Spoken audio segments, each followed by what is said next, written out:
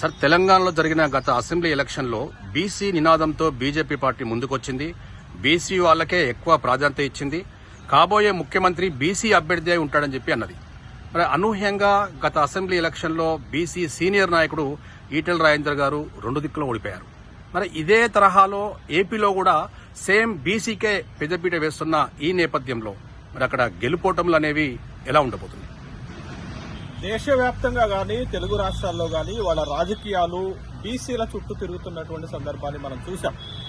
Congress party ఒక అడుగు ముందుకేసి దేశవ్యాప్తంగా కులగణన జరగాలి అనేటటువంటి ఒక ప్రధానమైనటువంటి డిమాండ్ను ముందుకు ఎందుకు తీసుకొచ్చిందంటే, దేశంలో 56% ఉన్నటువంటి బీసీ వర్గాల ఓట్లను ఆకర్షించాలనేటటువంటి ప్రధానమైనటువంటి నినాదాన్ని వాళ్ళు తీసుకుని వచ్చినటువంటి సందర్భంలో భారతీయ జనతా పార్టీకి కూడా అవకాశం ఉన్నటువంటి ప్రతి చోట బీసీకి మేము ప్రాధాన్యత ఇస్తున్నామని చెప్పేటటువంటి క్రమంలోనే ఇటీవల 5 రాష్ట్రాల ఎన్నికలు జరిగితే మధ్యప్రదేశ్ లాంటి ఒక కీలకమైనటువంటి రాష్ట్రంలో మోహన్ యాదవ్ కి ముఖ్యమంత్రి పదవి ఇచ్చారు. అంటే 5 సార్లు అక్కడ ముఖ్యమంత్రిగా పనిచేసినటువంటి వ్యక్తిని కూడా కాదని అక్కడ మేము బీసీకి ప్రాధాన్యత ఇచ్చామనేటటువంటి ఒక సంకేతాన్ని పంపడంతో పాటు కర్పూరి ఠాకూర్ లాంటి ఒక వెనుకబడినటువంటి వర్గాలకు సంబంధించినటువంటి వ్యక్తికి భారతరత్న అవార్డు ఇచ్చి గౌరవిస్తున్నటువంటి సందర్భాన్ని, అంటే దేశంలోనూ తెలుగు రాష్ట్రాల్లోనూ ఇవాళ రాజకీయ పార్టీలన్నీ కూడా ఓట్ల కోసం బీసీల చుట్టూ తిరుగుతున్నటువంటి సందర్భాన్ని మనం చూస్తున్నాం. అయితే తెలంగాణ రాష్ట్ర శాసనసభకు జరిగినటువంటి ఎన్నికల్లో కూడా 2023లో తెలంగాణ రాష్ట్ర శాసనసభకు ఎన్నికలు జరిగితే ఆ ఎన్నికల్లో భారతీయ జనతా పార్టీ ఒక ప్రధానమైనటువంటి నినాదంతో ముందుకొచ్చింది. తెలంగాణలో భారతీయ జనతా పార్టీ అధికారంలోకి వస్తే మేము బీసీని ముఖ్యమంత్రి చేస్తాము, బీసీలకు ఎక్కువ శాసనసభ స్థానాలను కేటాయిస్తున్నామని చెప్పడంతో పాటు 41 శాసనసభ స్థానాలను బీసీలకు కేటాయించారు, బీసీని ముఖ్యమంత్రి చేస్తామనేటటువంటి హామీ ఇచ్చారు. అయితే ఆ హామీ ఇవ్వటంలో ఎన్నికలకు ముందు ఇచ్చినటువంటి హామీ పైన బీసీలు అట్రాక్ట్ కాలేకపోయారు.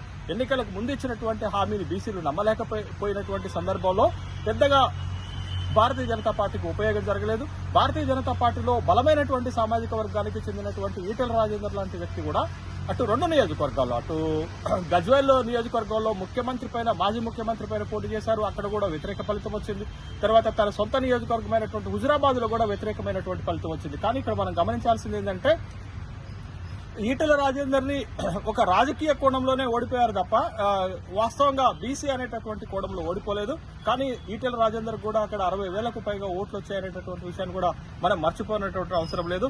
రాజేందర్ ఓటమిలో బీసీ కాన్సెప్ట్ లేదు. రాజేందర్ ఓటమిలో రాజకీయ పరమైనటువంటి అంశాలు దాగి ఉన్నాయనేటటువంటి విషయాన్ని ఇక్కడ మనం గమనించాలి. తాత్కాలికమైనటువంటి ఓటమి తెలంగాణ రాష్ట్రంలో వచ్చినప్పటికీ కూడా బీసీ కాన్సెప్ట్ తోటే ఇవాళ భారతీయ జనతా పార్టీ తన ఓటు బ్యాంకును 7% నుంచి 14% పెంచుకోగలిగింది అనేటటువంటి విషయాన్ని మనం మర్చిపోకూడదు. ఇవాళ ఆంధ్రప్రదేశ్ ఎన్నికల్లో కూడా చాలా కీలకమైనటువంటి ఎన్నికలు, చాలా బలమైనటువంటి పోటీ జరుగుతుంది. అటు తెలుగుదేశం మధ్య, ఇటు వైఎస్ఆర్ కాంగ్రెస్ పార్టీ మధ్యన. కాబట్టి టీడీపీకి ఆది నుంచి ఉన్నటువంటి ఓటు బ్యాంకు బలహీన వర్గాలే. బీసీలే ఒక బలమైనటువంటి వెన్నెముక, ఒక బలమైనటువంటి ఓటు బ్యాంక్ కలిగినటువంటి టీడీపీకి ఉన్నటువంటి ఆ బలమైనటువంటి ఓటు బ్యాంకుని స్ప్లిట్ చేయాలనేదే వైఎస్ఆర్ కాంగ్రెస్ పార్టీ యొక్క లక్ష్యంగా ఉన్నది. కాబట్టే అనేక నియోజకవర్గాలలో వైఎస్ఆర్ కాంగ్రెస్ పార్టీ బీసీ అభ్యర్థులను వెతికి బీసీలకే అవకాశం ఇస్తున్నటువంటి సందర్భాన్ని మనం చూస్తున్నాం.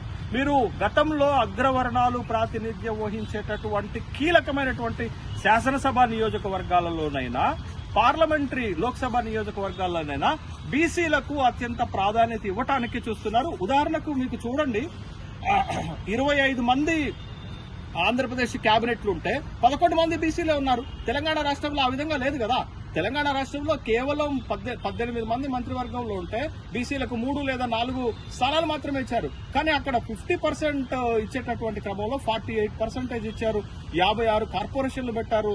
బీసీలకు ఎక్కడైనా అవకాశాలు ఇవ్వడానికి ముందుకొస్తున్నటువంటి ప్రభుత్వము. తర్వాత రాజ్యసభ లాంటి ఒక అత్యున్నతమైనటువంటి సభలో కూడా 4 బీసీలకు అవకాశం కల్పించారు. వైఎస్ఆర్ కాంగ్రెస్ పార్టీకి 11 అవకాశం వస్తే 4 బీసీలకు ఇచ్చారనేటటువంటి, అంటే వైఎస్ఆర్ కాంగ్రెస్ పార్టీ ఇటీవల చేస్తున్నటువంటి ఇంజనీరింగ్, పొలిటికల్ ఇంజనీరింగ్ ఏంటి అని అంటే, బీసీలకు అత్యంత ప్రాధాన్యత ఇచ్చేటటువంటి క్రమంలో ఎక్కడ అవకాశం దొరికినా అవకాశం ఇస్తూ టీడీపీకి బలమైనటువంటి ఓటు బ్యాంకుని తమ వైపుకు తిప్పుకునేటటువంటి రాజకీయ ఎత్తుగడ వేసింది. ఆ ఎత్తుగడలో వైఎస్ఆర్ కాంగ్రెస్ పార్టీ కొంతమేరకు సఫలీకృతమైనట్లుగానే మనకు కనపడుతుంది. మరి ముఖ్యంగా తెలంగాణ ప్రాంతానికి సంబంధించినటువంటి ఆర్ కృష్ణయ్యని ఆంధ్రప్రదేశ్ కోటాలో రాజ్యసభకు పంపించడం అనే ఎత్తుగడగా మనం చూడాల్సినటువంటి సందర్భం ఉంది. కాబట్టి వైఎస్ఆర్ కాంగ్రెస్ పార్టీ ఒక బలమైనటువంటి బ్యాక్వర్డ్ క్లాస్, ముఖ్యంగా ఒక స్లోగన్ ఇచ్చారు, బీసీలు అంటే వెనుకబడినటువంటి వర్గాలు కాదు, బ్యాక్వర్డ్ క్లాస్ కాదు, బ్యాక్ బోన్ క్లాస్ అనేటటువంటి ఒక నినాదంతో ముందుకు వెళ్తున్నారు. కాబట్టి